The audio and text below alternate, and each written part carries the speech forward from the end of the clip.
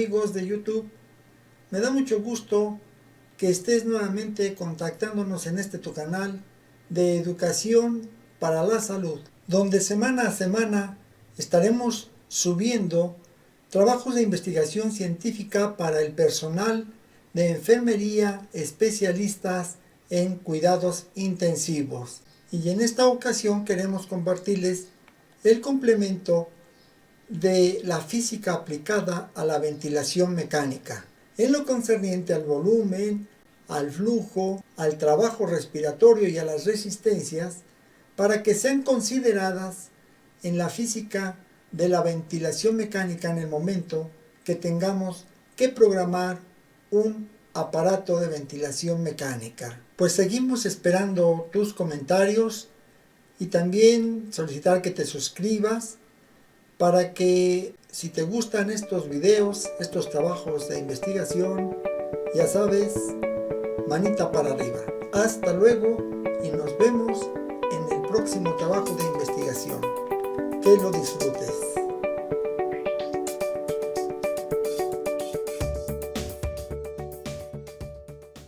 Pues bien, continuando con la física que rige a la ventilación mecánica, es bien importante considerar también el volumen. El volumen tenemos que conceptualizarlo como esa cantidad de aire que suministra un generador de volumen o de aire llamado aparato de asistencia ventilatoria mecánica o también un respirador artificial.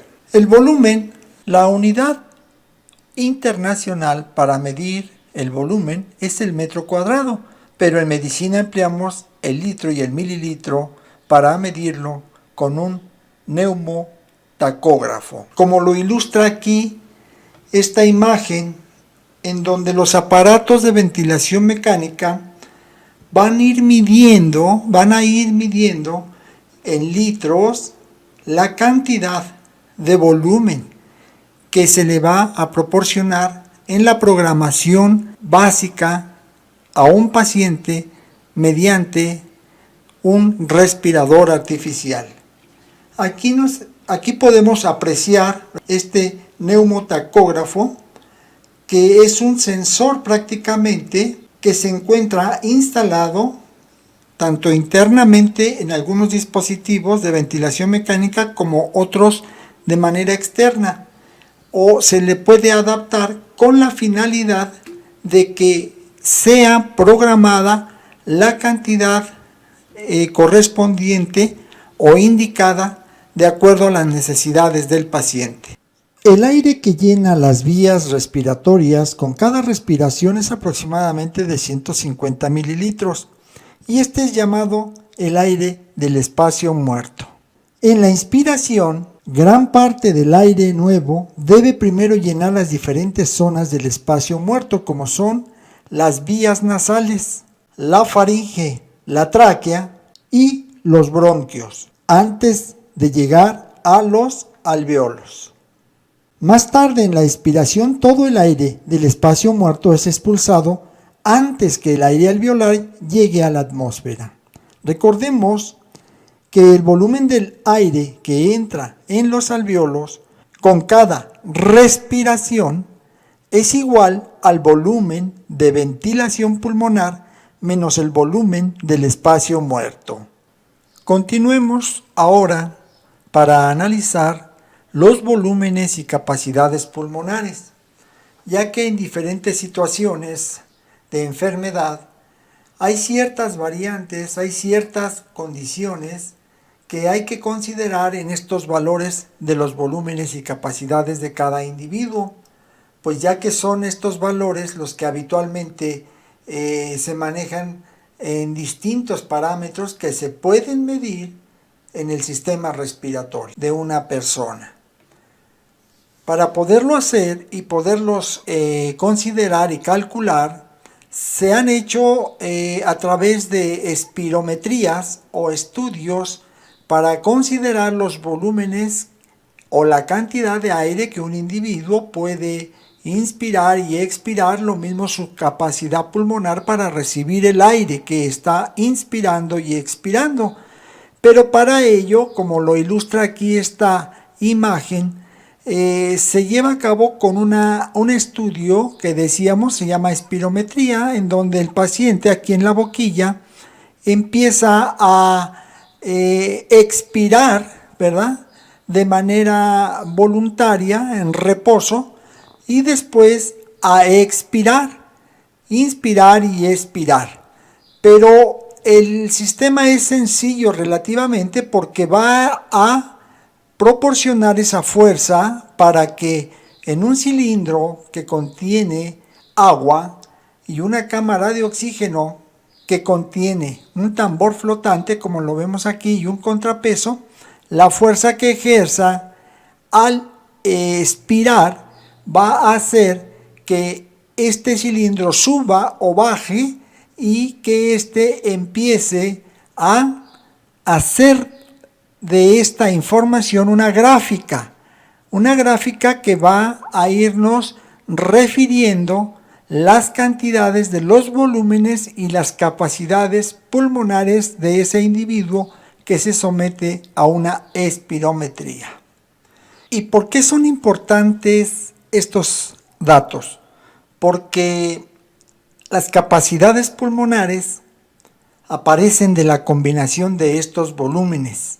Las capacidades pulmonares son esas medidas diagnósticas que van a permitir tanto al personal de enfermería como al personal médico calcular el grado de insuficiencia respiratoria que en ese momento pudiera estar presente en un paciente que es sometido a una asistencia ventilatoria mecánica.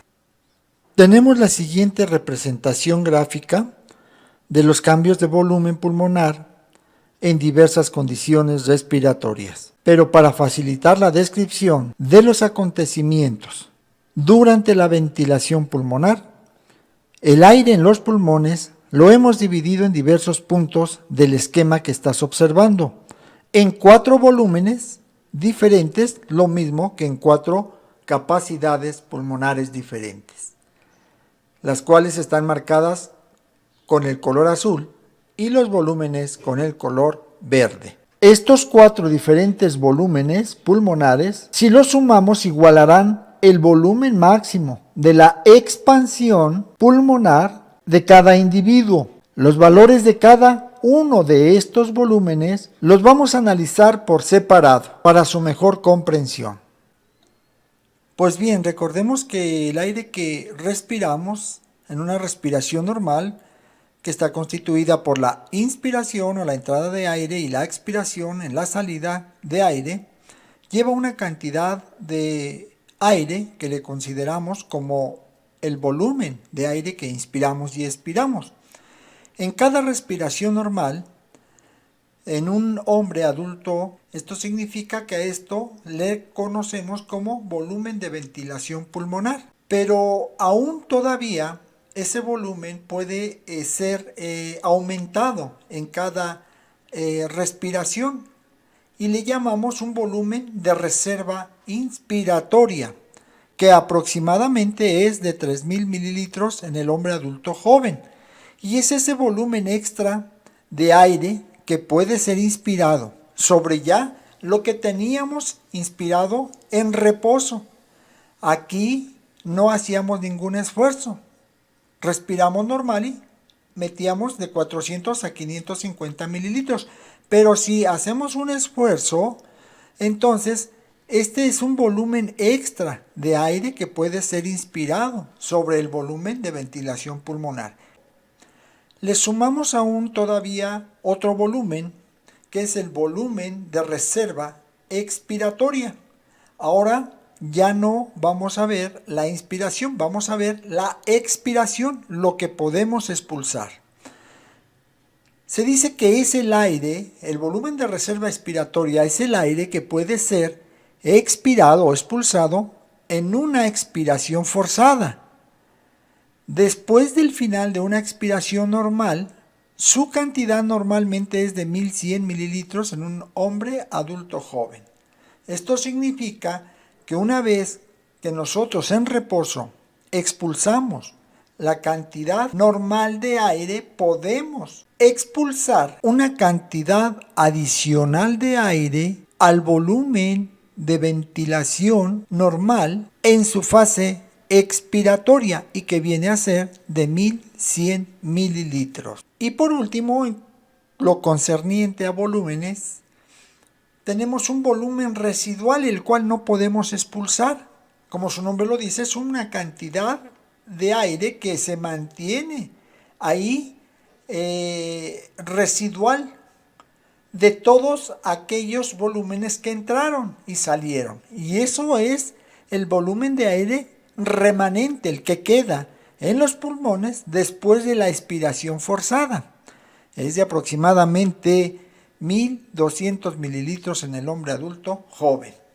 Entonces aquí pues ya tenemos esquematizado los 4 volúmenes diferentes en cada evento diferente, tanto en la inspiración, los volúmenes de ventilación pulmonar sumado al volumen de reserva inspiratoria, y los volúmenes de salida, que son en reposo y en una expiración forzada.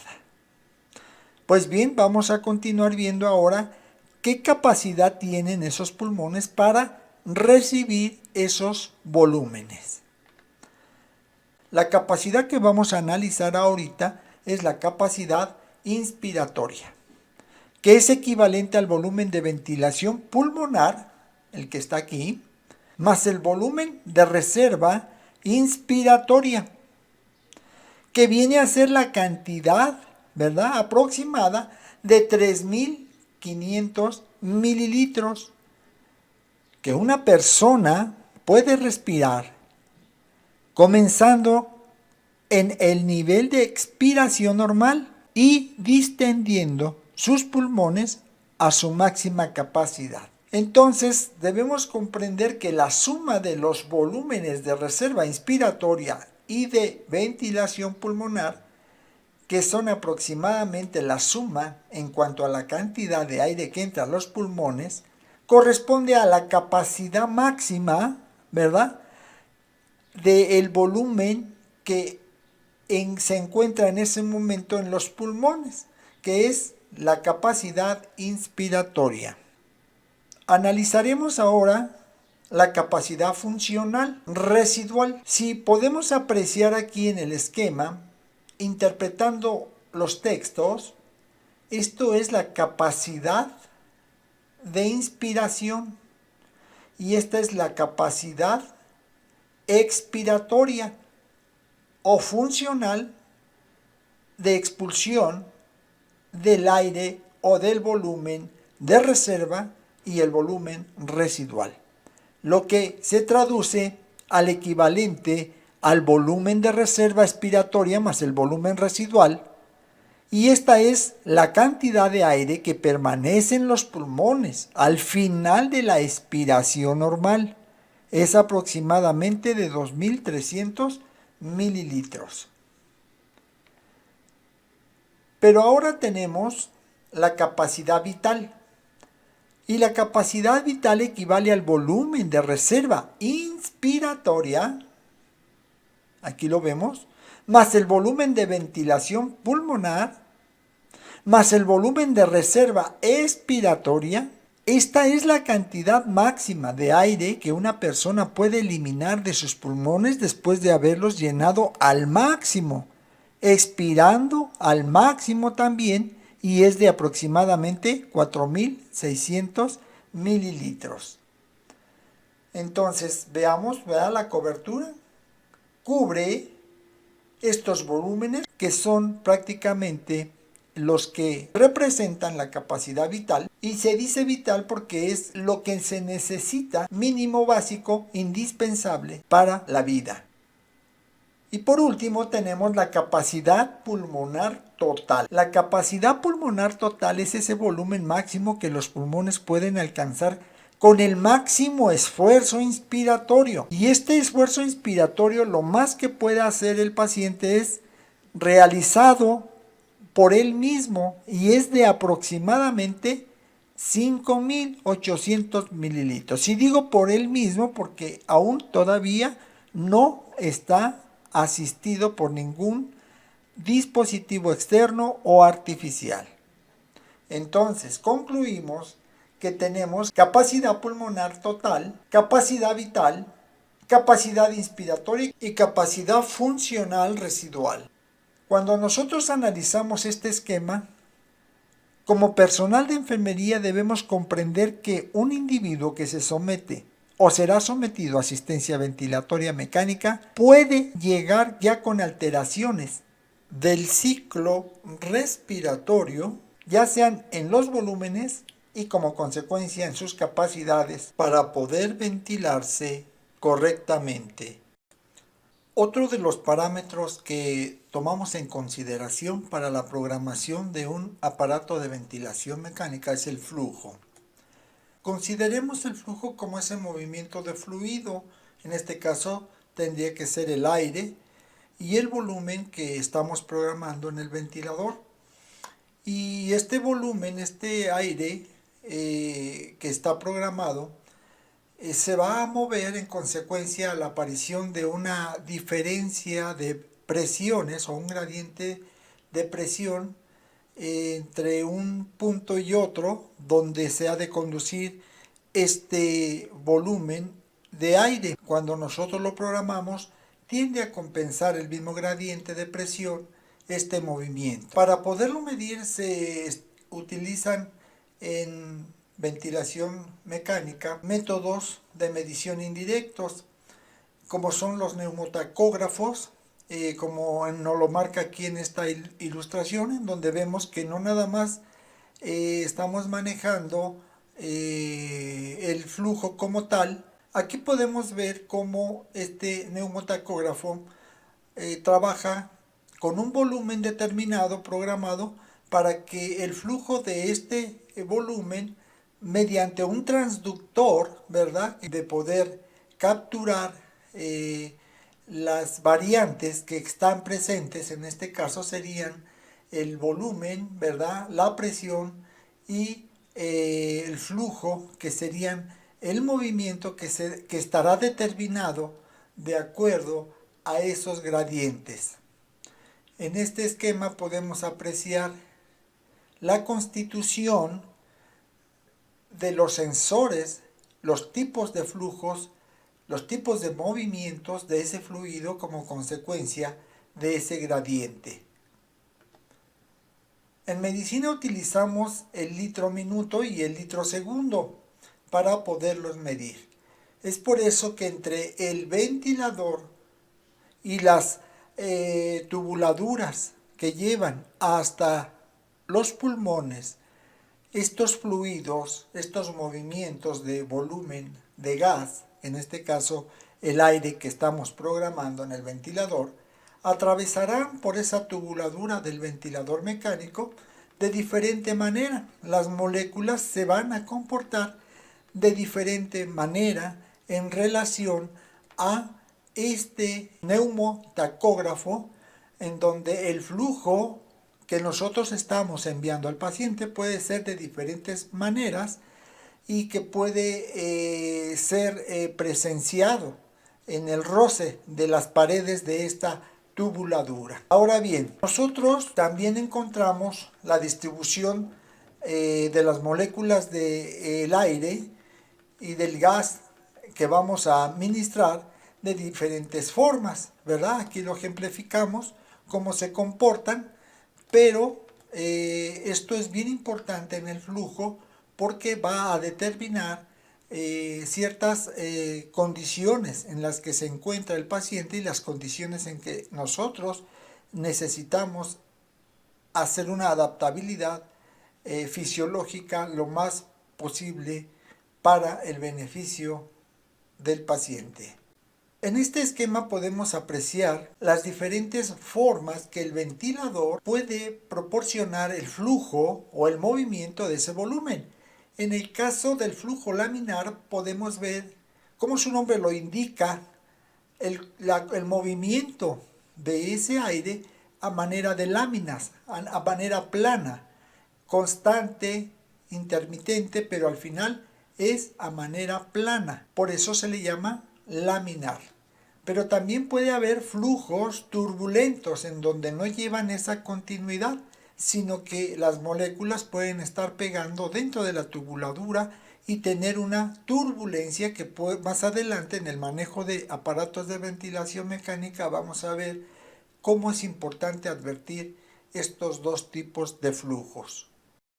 Otro parámetro que hay que considerar en la asistencia ventilatoria mecánica es la resistencia, en la que, como hemos venido diciendo, hay fuerzas que van empujando, por decir así, el volumen de aire, pero también hay fuerzas que se oponen al flujo. El mismo ventilador, a través de sus circuitos, sus tubuladuras, el mismo tubo endotraqueal que está con el paciente, pero también la vasculatura pulmonar hace que esas resistencias al flujo, al fluido de ese aire se mantengan ahí presentes. Entonces, si consideramos esos aspectos, esas fuerzas de oposición entre dos puntos de ese gradiente de presión van a modular el flujo que está en ese momento circulando. Es importante entender que la resistencia es directamente proporcional a la distancia que separa los dos puntos del gradiente de presión e inversamente proporcional al área de sección transversal por la que circula el flujo. Lo vamos a esquematizar. Nosotros podemos programar nuestro ventilador y tenemos dos puntos, el de inicio y el de término, dos puntos diferentes de gradiente de presión, en donde este gradiente tiene un efecto sobre la forma en que se van a dispersar las moléculas de ese volumen de aire. Aquí podemos apreciar que el ventilador nos puede estar mandando a un flujo determinado un volumen de aire. Pero si hay alguna resistencia, entonces estas moléculas tendríamos que advertir si son estas resistencias de carácter vascular pulmonar o son resistencias que pueden ser inversamente proporcionales a las tubuladuras de un generador o de la misma cánula endotraqueal, y este gas se encuentra de alguna manera ya alterado en el fluido. El trabajo respiratorio hay que comprenderlo cuando vamos a asistir a un paciente con un ventilador mecánico. ¿Por qué? Porque se dice que el trabajo respiratorio es una estimación de la poscarga de los músculos respiratorios para mantener la ventilación alveolar. Resistencias que se oponen a los movimientos de la caja torácica, de los pulmones y al flujo del aire. La poscarga viene a ser esas resistencias elásticas más las resistencias viscosas. Veamos esta ilustración. La precarga y la poscarga. La precarga viene a ser ese grado de tensión del músculo cuando comienza a contraerse. Y la poscarga es la carga contra la que el músculo ejerce una fuerza contracta. Pues bien, el trabajo respiratorio lo tenemos que dividir de la siguiente manera. El trabajo en pacientes con ventilación mecánica se divide entre el paciente y el respirador mecánico, cuya misión es ayudar a soportar y partir la tarea de respirar. Los equipos de ventilación mecánica con frecuencia añaden una tasa de trabajo denominada trabajo impuesto, que debe ser evitado. Una disminución de calibre de 1 milímetro en el tubo traqueal aumenta el trabajo respiratorio hasta en un 154%. Concluimos entonces que el trabajo respiratorio consiste sobre todo en superar la resistencia elástica y las fuerzas opuestas al flujo del tórax y los pulmones, porque esto incrementaría el trabajo respiratorio. Más adelante, en los cuidados de enfermería, en el manejo del aparato de ventilación mecánica, mucho tenemos que considerar para evitar sumar trabajo y esfuerzo respiratorio en pacientes sometidos a asistencia ventilatoria mecánica.